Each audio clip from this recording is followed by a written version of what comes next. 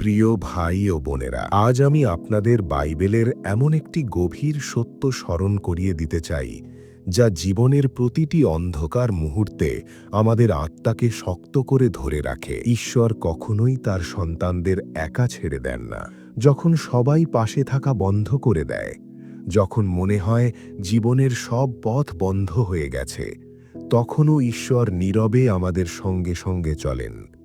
বাইবেলে লেখা আছে, কিন্তু যারা সদা প্রভুর উপর আশা রাখে তারা নতুন শক্তি লাভ করবে।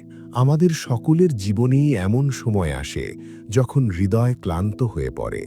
দুঃখ এত গভীর হয় যে তাকে ভাষায় প্রকাশ করা যায় না। ব্যর্থতা আমাদের নিজের চোখেই ছোট করে দেয়।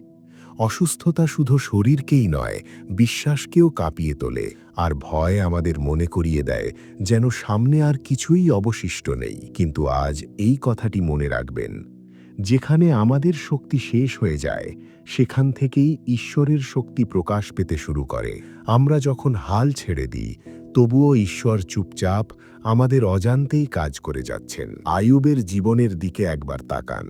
তিনি সম্পদ হারিয়েছিলেন, পরিবার হারিয়েছিলেন, এমনকি নিজের স্বাস্থ্যও হারিয়েছিলেন। কিন্তু তবুও তার মুখ থেকে অভিযোগ নয়, বরং বিশ্বাসের এই ঘোষণা বেরিয়ে এসেছিল, সদাপ্রভু দিয়েছেন, সদাপ্রভু নিয়েছেন, সদাপ্রভুর নাম ধন্য হোক। ঈশ্বর তার একটি অশ্রুও বৃথা যেতে দেননি। আইয়ুবের ধৈর্য ও বিশ্বাস দেখে ঈশ্বর তাকে আগের চেয়েও অধিক আশীর্বাদে পরিপূর্ণ করেছিলেন।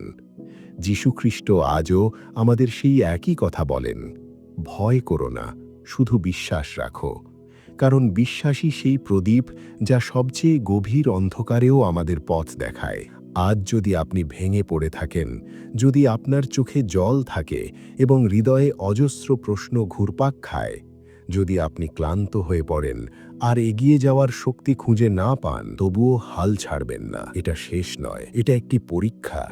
আর যে পরীক্ষার অনুমতি ঈশ্বর দেন, সেই পরীক্ষা থেকে বেরিয়ে আসার শক্তিও তিনি দেন। প্রার্থনা করতে থাকুন, বিশ্বাস আঁকড়ে ধরে রাখুন, আরেকটি ছোট পদক্ষেপ সামনে বাড়ান।